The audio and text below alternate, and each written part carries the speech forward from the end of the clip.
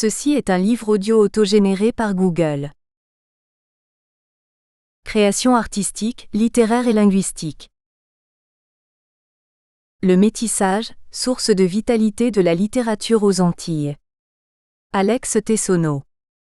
De sa connotation biologique d'origine au processus qu'il articule au social, comme l'ont démontré maints chercheurs, parmi lesquels nous retiendrons J. Benoît 17, J.L. Bognol 18, nous assistons actuellement à une inflation des termes métis, métissage, comme cela se produit par ailleurs pour le terme culture. Parfois d'ailleurs, on peut se demander pourquoi cette inflation banalise et vide ces termes de toute leur substance. Est-ce parce que l'on en revient à ce constat dont parle Pierre Charon au XVIe siècle, lorsqu'il écrit « Toutes choses en ce monde sont mixtionnées et détrempées avec leur contraire. Tout est mêlé, rien de pur entre nos mains ?» Certes, le XVIe siècle est le siècle de la Renaissance, de l'humanisme, de la découverte des nouveaux mondes. Du Bellay dans son manifeste défense et illustration de la langue française 1549, reprenant les visées de ceux qui comme lui participent au cercle de la Pléiade et se proposent de défendre et d'enrichir la langue française, déclare que l'on y parviendra d'une part, en travaillant le style et la forme, d'autre part, en traduisant les auteurs de l'Antiquité et certains contemporains, en empruntant aussi aux langues anciennes, à Antiquité, aux dialectes provinciaux, au langage des métiers, ou en créant des mots nouveaux dérivés du grec et du latin 19. Ainsi, si l'on en croit Sénéan, Rabelais est un des créateurs de la prose française. Avant l'apparition de Gargantua et de Pantagruel, vers 1533, aucun chef-d'œuvre n'avait encore illustré la langue. Toutes les réformes linguistiques préconisées par la Pléiade se trouvent virtuellement dans son roman. Rabelais a puisé dans tous les domaines pour enrichir son lexique, véritable océan où se sont déversés les courants du passé et d'où dérivent ceux de l'avenir. La vie y déborde par tous les sens. 1923/1-2. Ainsi, Rabelais mais aussi Shakespeare, Cervantes, Calderon montrent dans leurs écrits que cette humanité mêlée est une donnée culturelle de l'Occident du XVIe siècle. Les œuvres littéraires deviennent des livres carnaval, défilés parfois torrentiels de mots, de phrases et d'images où la gravité se pare de bouffonnerie. Le monde est un théâtre pour Shakespeare, et le théâtre un monde où se confondent l'histoire et la chimère, la comédie et la tragédie.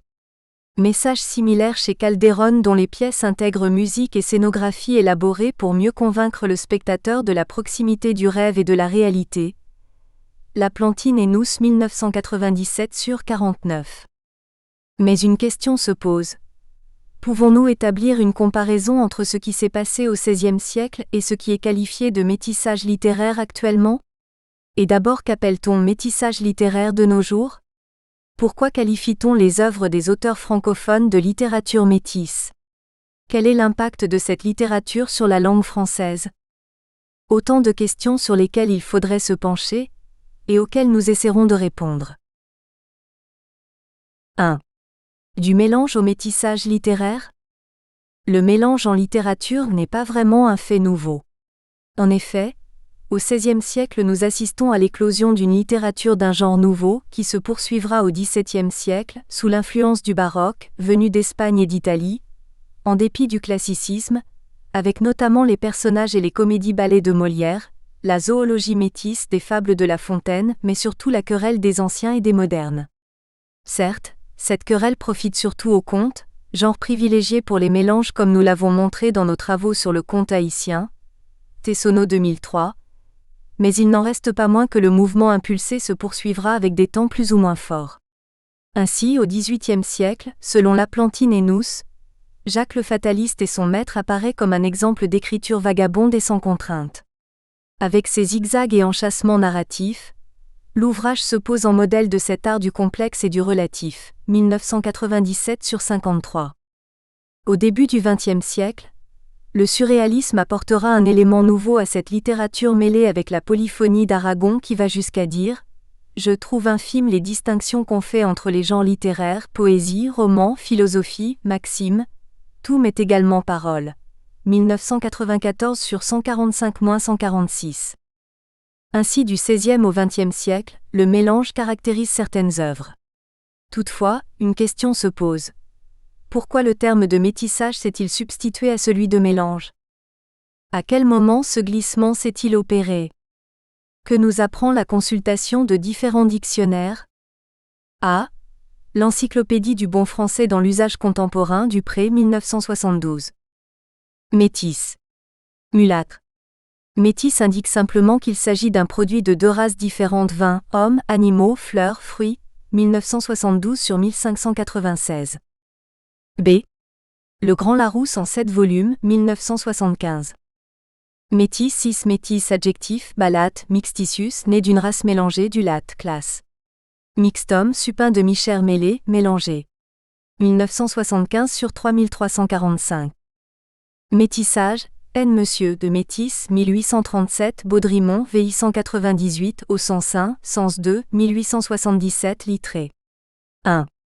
Croisement entre des individus appartenant à des races à différence somatique, races dites noires, blanches et jaunes 1975 sur 3346.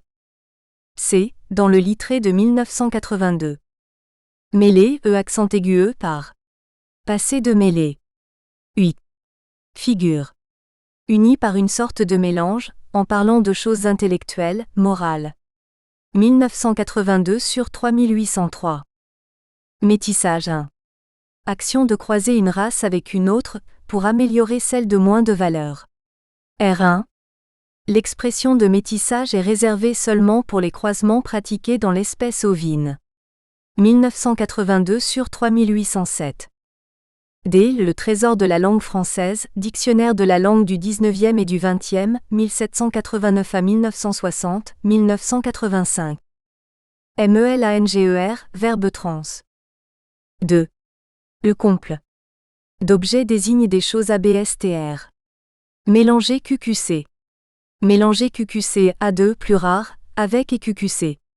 Rapprocher, unir, fondre intimement. Synonyme. Amalgamer, combiner. Mélanger des idées. Il Heraclius Gloss amalgamait, combinait, mélanger le vieux spiritualisme oriental avec le matérialisme allemand, Maupass, Comte et Nouve, T. 2. Dr H. Gloss, 1875, page 714. Il mélangeait à ses blasphèmes des mots religieux qu'il savait prononcer avec une grande douceur. Maurras, Chemin Paradis, 1894, page 38. En partie. Unir, deux entités, deux genres littéraires par exemple, bien distincts et apparemment ou traditionnellement opposés ou incompatibles. Synonyme. Allié, associé, marié aux figures rapprochées. Mélanger la comédie et la tragédie, le sublime et le grotesque, mélanger deux styles. 1985 sur 596. METISSAGE, subst. Masque.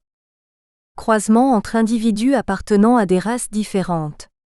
L'esclavage, la guerre, l'islam ont donné lieu à des métissages dont Nachtigal note les degrés entre arabes et les gens du Bornou.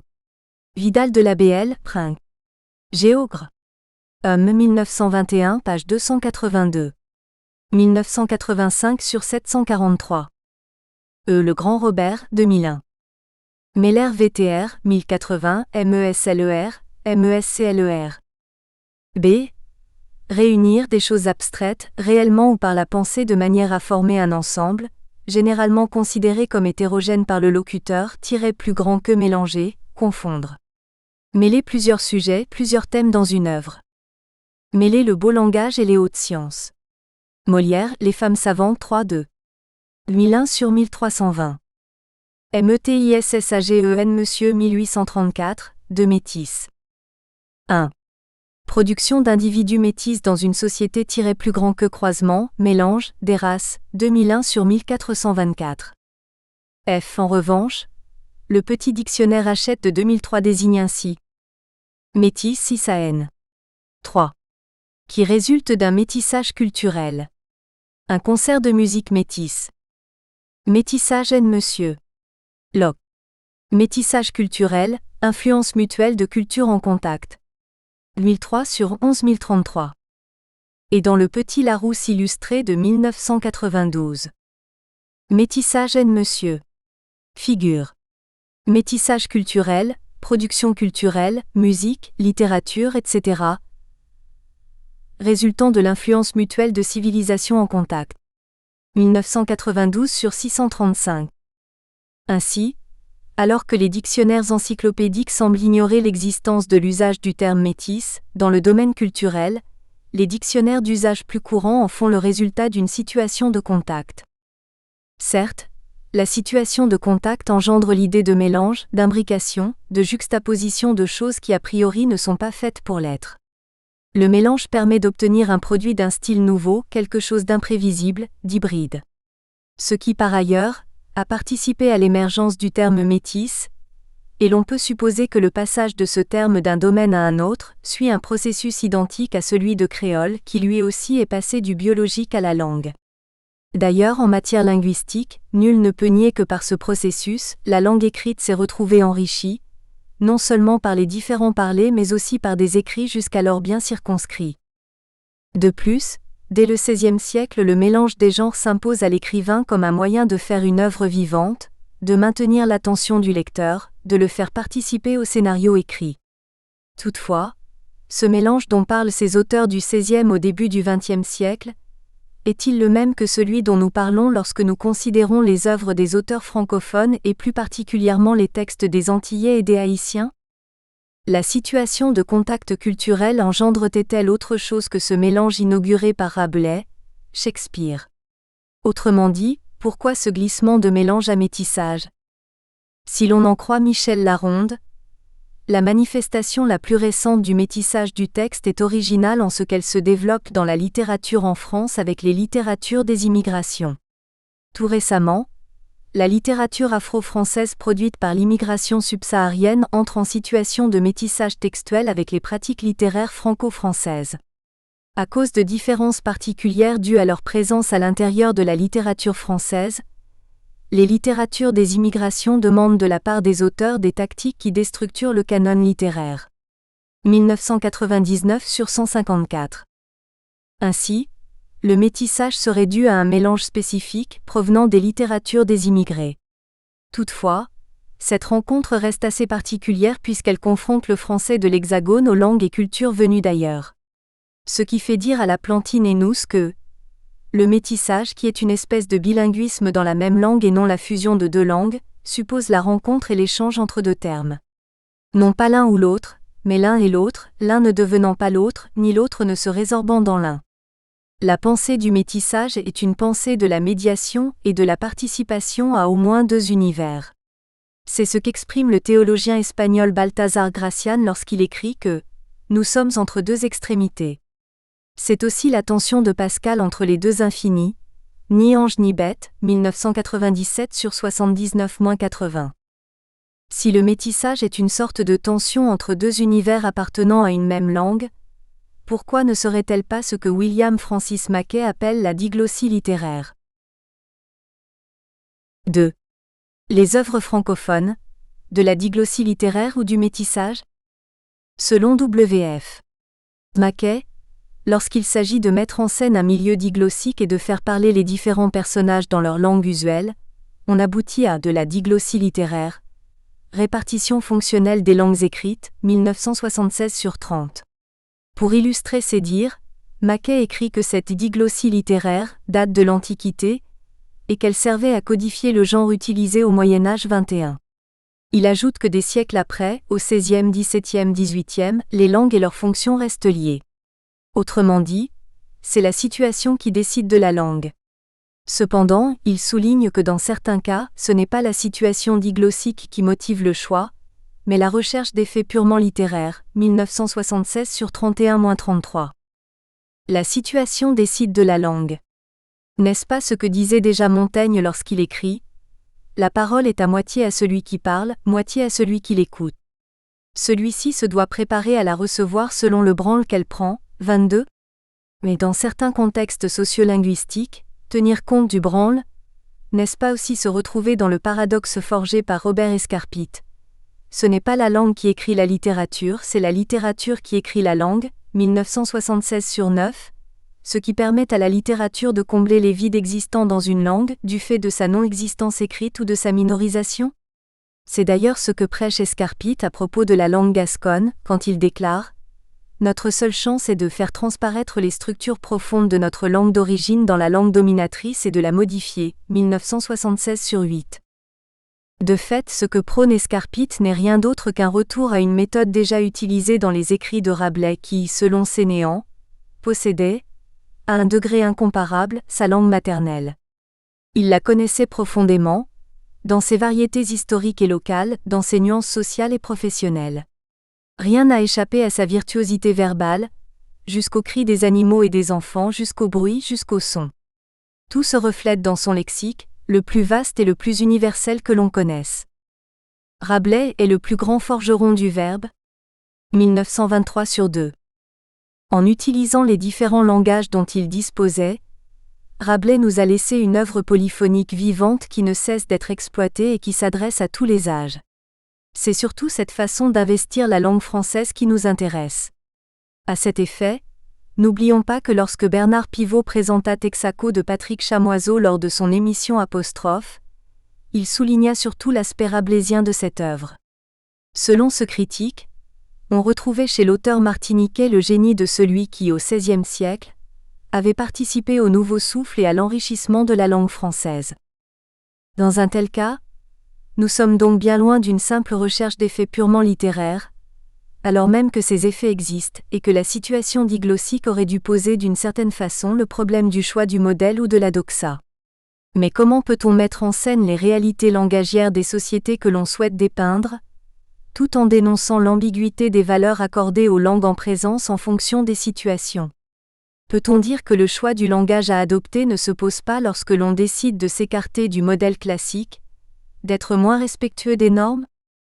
Si nous considérons les sociétés créoles et plus particulièrement Haïti et les Antilles, ne sommes-nous pas presque toujours dans un continuum créole plus petit que égale plus grand que français régional plus petit que égale plus grand que français de l'Hexagone? Ou plus exactement comme sur trois univers d'un nœud borroméen, ce qui implique l'ambiguïté de certains termes, qui en changeant d'univers changent aussi de sens. Dans une telle situation, peut-on parler d'une diglossie littéraire qui se jouerait entre le français régional et le français de l'Hexagone, ou entre le créole et le français de l'Hexagone? Ne serait-ce pas plutôt une situation dialogique dans laquelle, pour reprendre Bakhtin, aucun énoncé en général ne peut être attribué au seul locuteur. Il est le produit de l'interaction des interlocuteurs et plus largement, le produit de toute cette situation sociale complexe dans laquelle il a surgi. 23. Et l'écrivain peut-il s'exprimer autrement qu'en utilisant les stratégies langagières qui lui semblent les plus aptes? Ce problème que nous soulevons à propos des écrivains créolophones ne se retrouve-t-il pas ailleurs, chez d'autres écrivains francophones? Par exemple, n'est-il pas intéressant d'apprendre que les soleils des indépendances d'Amadou Kourouma a dérangé les adeptes de l'orthodoxie? Car comme il le dit lui-même, ce roman donnait aux Français une forme propre aux langues africaines. Pour la première fois, une ethnie comme les Malinqués pouvait, par des mots, par des tournures de phrases, faire connaître sa langue, sa façon de penser et d'aborder la vie en français. 2001/355. Ne se trouve-t-on pas plutôt face à une subversion de la langue française? N'est-ce pas le recours à une langue pour en traduire une autre? Il me semble que nous sommes bien loin d'une quelconque diglossie littéraire, et que cette utilisation d'outils de communication qui échappent non seulement aux qualificatifs sociolinguistiques, mais aussi aux normes des grammairiens d'une certaine façon, est une bonne chose. De fait, nous sommes confrontés à la même situation que Brunetière lorsqu'il dénonce l'orthodoxie des grammairiens qui, avec leur dédain de la langue parlée et leur superstition pour 2 ou 3 modèles, ils ont établi les règles de la grammaire au-dessus des exigences des genres, du génie des écrivains et des conseils du plus simple bon sens. 1923/244. Autrement dit, nous pouvons avancer, en reprenant les propos de Helkesteloot, que ces écrivains venus des ex-colonies utilisent la langue française, mais en la modelant selon leur tempérament et particulièrement, en lui insufflant un rythme nouveau, à l'instant où elle semblait perdre de plus en plus sa musicalité au profit de l'abstraction. La langue est sculptée, malaxée, broyée comme une pâte, pour mieux être modelée. Les mots sont employés pour leur matérialité même, pour la sensation physique et spatiale qu'ils produisent. Le métissage avec les cultures négro-africaines, fort éloignées et en bien des points opposées à l'esprit occidental, entraîne déjà des transformations substantielles, 1963/324-325. Et c'est en cela que l'on reconnaît le génie de l'écrivain. Mais si le génie de l'écrivain exige une certaine liberté vis-à-vis de la langue et de la grammaire, comment définir le métissage littéraire ? 3. Le métissage littéraire, un entrelacement interactif ? Nous avons vu précédemment que le terme métissage évoquait l'idée d'un mélange issu d'une situation de contact, mais que c'était aussi en littérature un mélange des genres, des usages de langage, de termes empruntés à d'autres langues. Toutefois, si pour réussir un tel mélange en littérature, il faut être capable de jouer avec les mots des langues en présence, c'est que le métissage littéraire ne saurait se réduire à un simple mixage. Pour aborder ce point, nous allons regarder ce qu'en disent quelques auteurs qui utilisent ce métissage. Jean Fouchard, écrivain haïtien, dans 3 discours note que le métissage culturel haïtien a imposé ses soubresauts, ses antagonismes et ses déchirements à l'écrivain, portant tour à tour nos lettres aux lisières des courants français et au centre de nos réalités propres. De ses plus lointaines origines à nos jours, notre littérature, dédaignant la tricherie, s'anime au contraire dans le fond d'un souffle puissant d'haïtianisme. 1962 sur 68 et 70, cité par Hoffmann 1995 sur 37. C'est un peu le même discours que tient René de Pestre, autre écrivain haïtien, dans un poème intitulé Bref éloge de la langue française. De temps à autre il est bon et juste de conduire à la rivière la langue française et de lui frotter le corps avec les herbes parfumées qui poussent en amont de mes vertiges d'anciens nègres marrons. Oui, je chante la langue française qui défait joyeusement sa jupe, ses cheveux et son aventure sous mes mains amoureuses de potier. La quinzaine littéraire, 16 au 31 mars 1985 sur 33, cité par Hoffmann 1995 sur 41. Ce besoin de plier la langue française à d'autres réalités culturelles de la francophonie n'est pas l'apanage des seuls haïtiens. Ainsi, à propos d'Amadou Kourouma et de son roman Les Soleils des Indépendances, Joseph Paré 24 écrit, en faisant sien les propos de B.S. Monsef 25, en corrodant la langue française de l'intérieur, le romancier se livre à un travail de subversion de la langue d'usage au point de la plier jusqu'à la désémantiser. Pour atteindre ce but, Kourouma avoue avoir traduit le malinké en français, en cassant le français pour trouver et restituer le rythme africain. C'est par son biais que l'œuvre respire du souffle des origines malinké et cela à travers les constructions impropres en français mais qui dans le récit ont des fonctions hyperboliques, métaphoriques ou métonymiques. Les traductions mot à mot du malinké en français qui ont pour conséquence la production de solécismes. Les idiotismes et les néologismes, 2001 sur 349-350, les premiers provenant de l'utilisation de la syntaxe du malinké et les deuxièmes de dérivation à partir du français ivoirien. Que retrouvons-nous dans ces déclarations ? Toujours le même souci de faire plier la langue française aux réalités complexes d'une communauté. Ce que confirme d'ailleurs Kourouma lorsqu'il déclare « Nous avons des conceptions relatives à notre univers que la langue française, issue d'un autre monde, n'arrive pas à exprimer.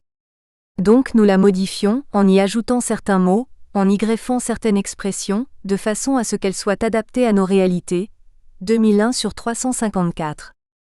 Ainsi, la syntaxe tout comme le lexique français se retrouve modelée par les langues et les formes de discours employées dans ces communautés, confrontées aux différents actes de langage dans des situations dialogiques qui s'écartent des normes.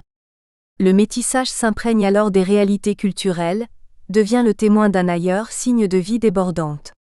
Et cette vie débordante touche non seulement ceux qui, en quelque sorte, devraient être les interlocuteurs idéaux, mais encore plus des interlocuteurs inattendus, ceux qui appartiennent à un autre monde et nous pourrions presque parler d'un public universel, d'une intense interactivité dialogique.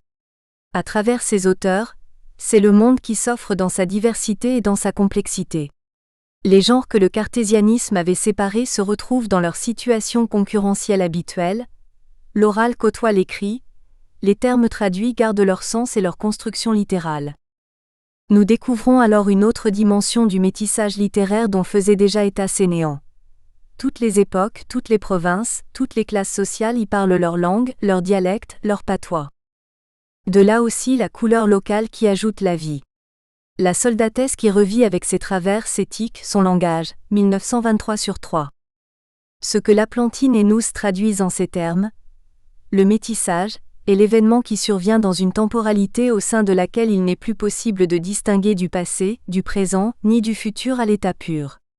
Il existe dans la variation, dans la conjugaison, dans la déclinaison, mieux dans la reconfiguration sur un monde mineur, qui transforme, métamorphose et rend méconnaissable ce qui était, au point que toute notion d'influence, d'appartenance, d'héritage, de transmission même devient dérisoire, 1997/84.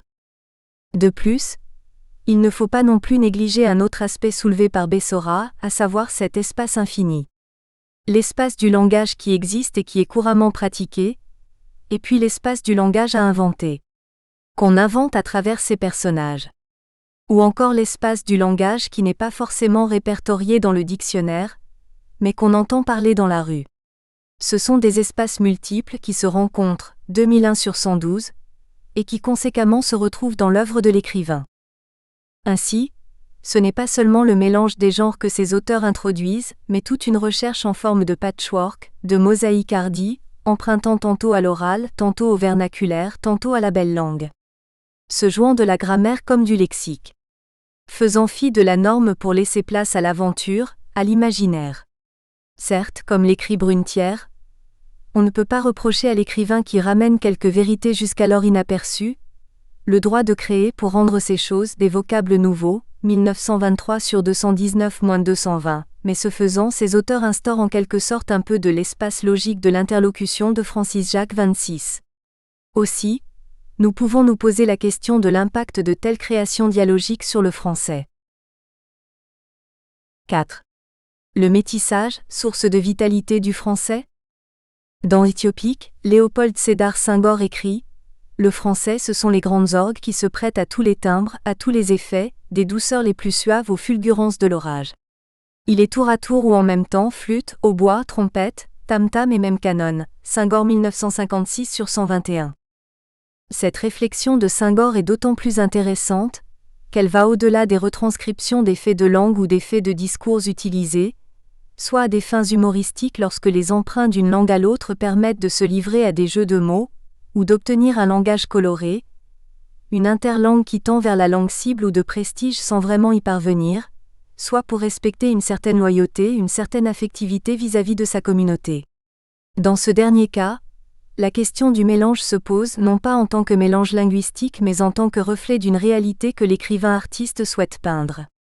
Ce souci est d'autant plus prégnant qu'il rejoint une réalité culturelle. Il ne faut pas perdre de vue que dans les pays où la tradition orale est encore vivante, les écrivains empruntent ces fonctions fatiques au dire de la tradition orale, pour faire naître, par la pluriphonie du dialogue, un dire commun. En effet, il s'agit de valoriser les différentes identités présentes dans chaque individu par le biais du langage, de promouvoir leur reconnaissance, de les faire vivre non seulement dans leur contexte, mais aussi dans une nouvelle relation au monde. Cette façon d'opérer atteint alors une compétence interactionnelle, au sens de AV. Sicurel 27. Aussi nous pouvons dire que cette littérature métisse débouche sur une langue totalisante, où sont présents les différents éléments culturels, cognitifs, symboliques propres à ces sociétés issues de la colonisation. La langue devient un élément complexe, comprenant divers éléments qui participent tous à lui donner sa valeur communicative, mais une valeur qui inclut tout en excluant 28, où chaque élément garde sa pertinence, peut être objet de débat, de confrontation, d'enjeux aussi bien ludiques qu'existentiels. Mais il y a plus. Il s'agit aussi d'utiliser un français aux couleurs des différentes cultures dont il est imprégné et pour y arriver, par exemple, Eddy Bouraoui dit « Je dois m'élastiquer dans la langue pour exprimer différentes sensibilités de culture, car si la langue ne charrie pas des cultures différentes, elle n'est pas apte à traduire les réalités différentes qu'on est en train de décrire. » 2001/49. Autrement dit, l'écrivain fait sienne cette polyphonie née de la rencontre et peut alors interpréter les différents personnages 29 qu'il est amené à jouer quotidiennement. Il se positionne en tant qu'être pluriel qui revendique ses différentes facettes. Édouard Glissant parle à ce propos de culture composite, mais aussi de l'identité comme rhizome, comme racine allant à la rencontre d'autres racines, 1996. De fait, nous retrouvons ce que Brunetière écrivait déjà en 1923. On n'écrit que pour se faire entendre, c'est-à-dire pour atteindre au moyen de l'écriture un public plus étendu, pour lui mettre sous les yeux ce que l'éloignement dans l'espace ou le temps nous empêche de confier à son oreille. 1923 sur 235-236. De plus, dans le contexte actuel d'européanisation et de mondialisation, l'écriture devient, pour reprendre les termes de Glissant, multilingue. Il ne s'agit pas d'écrire dans toutes les langues du monde, mais en leur présence. Cela va élargir fortement l'imaginaire humain. 2001 sur 192. Et si l'on en croit Bessora, le français est une langue pour dire ces mondes pluriels, en utilisant la langue telle qu'elle est utilisée traditionnellement. Et puis en y adjoignant de nouveaux mots, de nouvelles expressions. Ce sont des strates qui se superposent les unes aux autres, parfois en se mêlant, parfois en ne se mêlant pas. Je pense que la pluralité habite chacun. C'est justement là-dedans que réside l'universalisme. Dans l'addition de plusieurs différences et non pas dans la répétition du même. 2001 sur 113. Prenons par exemple les soleils des indépendances de Kuruma. Certes, le terme indépendance rappelle la fin de la période coloniale, mais l'expression soleil des indépendances est un emprunt au malinké et ce pluriel traduit toutes les ruptures qui se sont produites à partir du moment où les communautés n'avaient plus à sauvegarder leurs traits culturels face à une culture extérieure imposée. Les conséquences du relâchement étant la perte des valeurs ancestrales, la dégénérescence des rituels, l'acculturation, qui se retrouve dans l'insulte bâtard adressée aux griots incapables de réciter la généalogie comme le veut la coutume, lors des funérailles d'un descendant de la caste noble malinké. D'ailleurs, ce non-respect des traditions parcourt tout le roman et ceci dès le début puisque l'auteur commence par ces termes. Il y avait une semaine qu'avait fini dans la capitale Koné Ibrahima, de race malinké, ou disons-le en malinké. Il n'avait pas soutenu un petit rhume. L'emploi de fini, au lieu de mort, renvoie au fait certes que Koné Ibrahima est mort, mais introduit aussi un fait encore plus important pour la suite, à savoir qu'il n'a pas laissé de descendants, et que de plus, il clôt l'histoire de cette lignée en la privant du culte dû aux ancêtres. La dimension symbolique va donc au-delà d'une traduction qui emploierait le terme mort. Il en est de même de soutenu, qui renvoie à la conception duale de l'être humain. Le corps qui peut être fragilisé et qui se désagrège, et l'ombre qui survit à ce corps. C'est d'ailleurs cette ombre qui ira annoncer aux membres de son groupe qu'il est fini, et qui sera présent lors des funérailles. Patrick Chamoiseau, avec Chemin d'école, utilise un autre aspect de la communication dans les sociétés dites de tradition orale, aspect qui se retrouve aussi dans les communautés plurilingues. Il ne se contente pas de mêler les langues, créole, français régional, français plus châtié et les différents genres de la littérature, poésie, prose, dialogue, mais commence son livre, Mes frères O, façon empruntée au conte avec une indéniable fonction fatigue. Cet emprunt se retrouvera par ailleurs dans tout le roman avec les interpellations, répondeurs, qui entrecoupent la narration, et réactivent la participation du lecteur à la construction de cette polyphonie où alterne l'oral et l'écrit, ce qui permet à l'interlocuteur de profiter de cette liberté syntaxique. Ceci est d'autant plus astucieux que, par ce biais, il introduit le contexte culturel extralinguistique.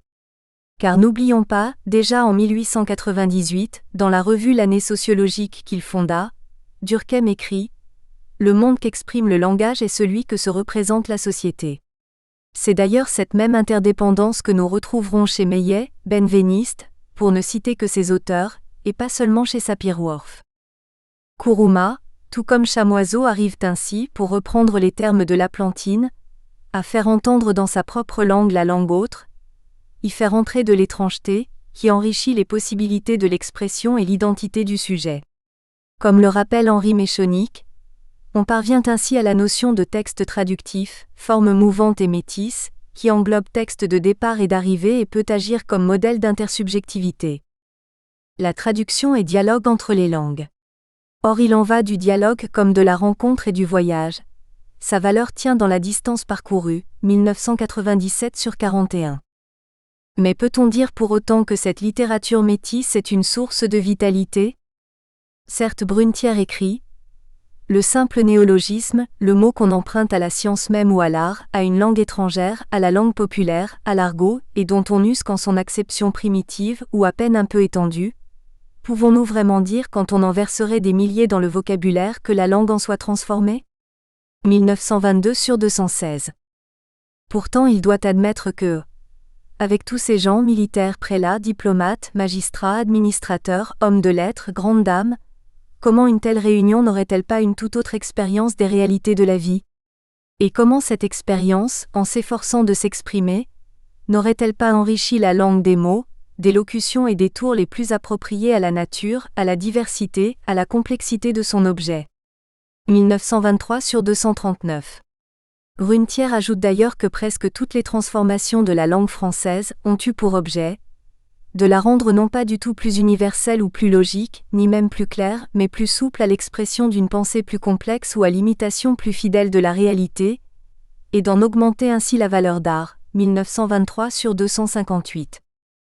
C'est aussi le même discours que tient de nos jours Henri-Michel Bocara, lorsqu'il déclare « Une langue qui n'est pas nourrie meurt ».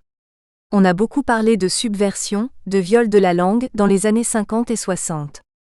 Et c'était normal, parce que c'était l'époque de la décolonisation. Et pas suffisamment parlé de l'approche commune, entre deux consciences, entre deux ou trois langues. Une approche comme lorsque les corps se rencontrent. Une connaissance, un apprivoisement. Et de cet apprivoisement va naître un métissage. Métissage de la langue qui est absolument indispensable parce qu'il fait vivre la langue. 2001/45. Conclusion. Les écrivains de la francophonie insistent tous sur cette possibilité de dire en français tout ce qu'ils ressentent, voient, imaginent.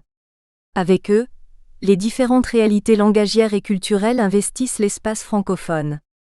Sylvie Candé, à l'instar des autres écrivains, déclare d'ailleurs « Le français, je le verrai donc comme un espace que j'habite, dans lequel je voyage dans différents endroits du monde, aidé par d'autres langues. C'est un espace où je suis bien, dans la mesure où c'est un espace qui n'est pas clos, qui n'est pas fermé par des frontières et qui laisse entrer par porosité d'autres langues, d'autres espaces, d'autres cultures. 2001/132. Grâce au métissage, le français retrouve en littérature une dimension universelle offerte à la création, au rêve, au pluriculturalisme et au plurilinguisme. Un lieu vivant, enchanteur, interactif où l'oralité devient perceptible, où le passé se mêle au présent et au futur.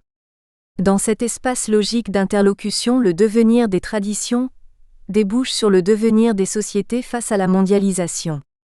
Et pour mieux réussir cette interactivité, les auteurs n'hésitent pas à puiser dans toutes les ressources communicatives présentes dans leur communauté d'origine. Pour finir, je reprendrai ces mots de Maryse Condé. Pour en revenir au texte, à mon avis, le problème de son métissage dépasse les littératures postcoloniales et constitue un des problèmes majeurs de la littérature tout court. Il s'est posé de tout temps, sous tous les cieux, aux écrivains français, comme aux Italiens ou aux États-Uniens.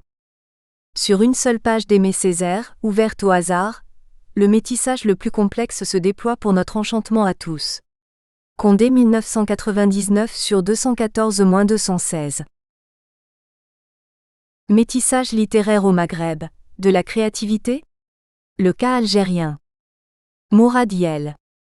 À côté de l'état de connaissance, instaurer l'état de clairvoyance, non nihiliste, non destructeur. Victor Ségalen, Essai sur l'exotisme. Il semble qu'en Occident se développe un discours proliférant et consensuel sur l'hybridation et l'interculturalité. Dans un tel contexte, concernant le paysage littéraire francophone strict, la question suivante se pose. Les succès éditoriaux d'un Amadou Kourouma, d'un Tahar Benjeloun, d'un Patrick Chamoiseau ou d'un JMG. Le Clésio laisse-t-il présager d'un authentique printemps métis, dans le ciel de plus en plus encombré de la vieille Europe? Et si, faisant preuve d'un pessimisme radical, on répondait qu'à tout prendre, ce printemps n'est finalement qu'un leurre, qu'un effet de la vaste et perverse mise en scène des effigies de l'idéologie multiculturaliste dans le contexte d'une mondialisation galopante? Comment alors évoquer une nouvelle créativité, associée au métissage? D'autant que nous n'avons finalement que peu de recul par rapport à l'envergure des phénomènes en cause, en particulier quand ils affectent d'autres aires culturelles. Comment analyser la situation qui prévaut, par exemple, sur la rive sud de la Méditerranée? À quelles conditions cet espace socioculturel complexe parvient-il à assumer, à défaut de pouvoir les éliminer, les répercussions socioculturelles des traumatismes postcoloniaux? Dans quelle mesure participe-t-il lui aussi de la world culture?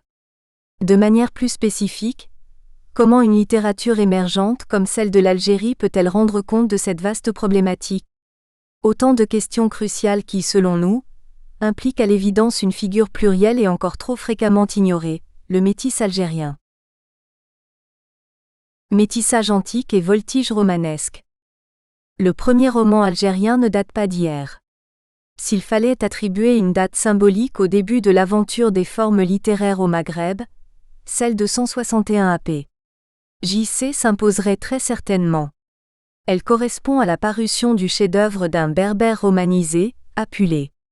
Dès l'origine, l'Âne d'Or présente la plupart des caractéristiques qui fondent, de notre point de vue, tout texte métis, caractéristiques sur lesquelles nous reviendrons plus loin et qui s'expliquent par le contexte politique de l'époque, à savoir la conquête romaine de la majeure partie du Maghreb et son intégration forcée dans le giron de l'Empire. C'est donc dans ce cadre que l'on voit apparaître la première incarnation historique du métis algérien, celui que nous appellerons le métis impérial. Lucius Apuleius naît à Mador, en Numidie vers 125 AP.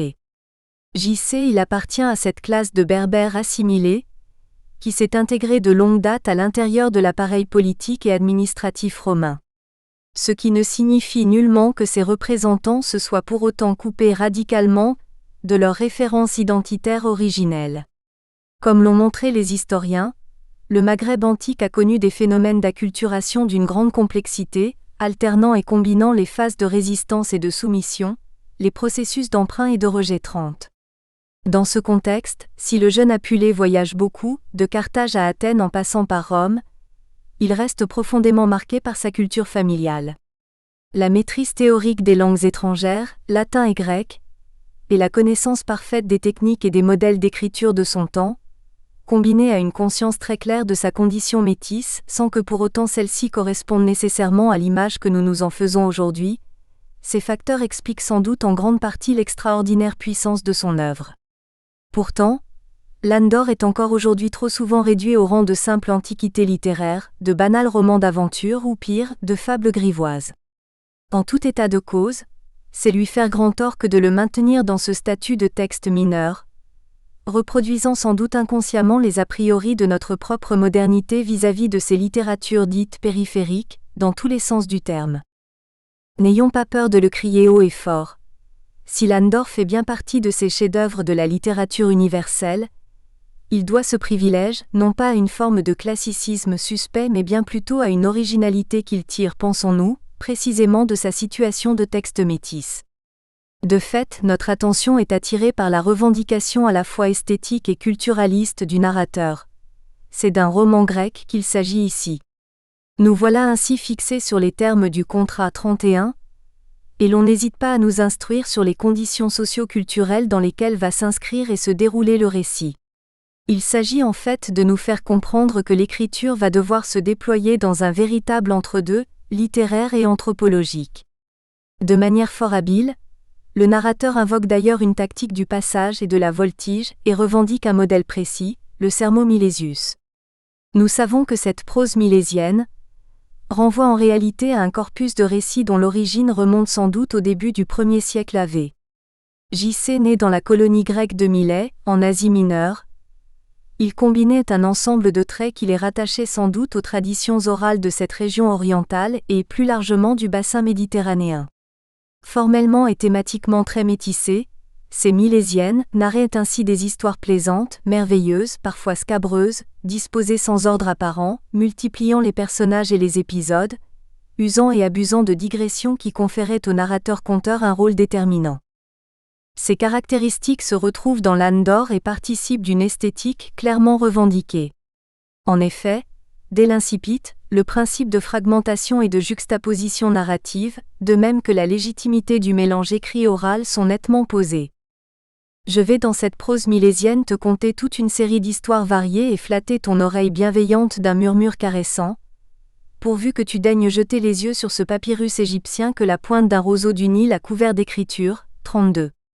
Apulé 1975/31. Mais comme dans toute fable métisse, le procès d'énonciation et la profération du sens ne sauraient échapper à une mise en scène qui est simultanément une mise en crise. Nous espérons que vous avez apprécié cet aperçu. Pour continuer à écouter ce livre audio sur Google Play Livres, utilisez le lien dans la description de la vidéo.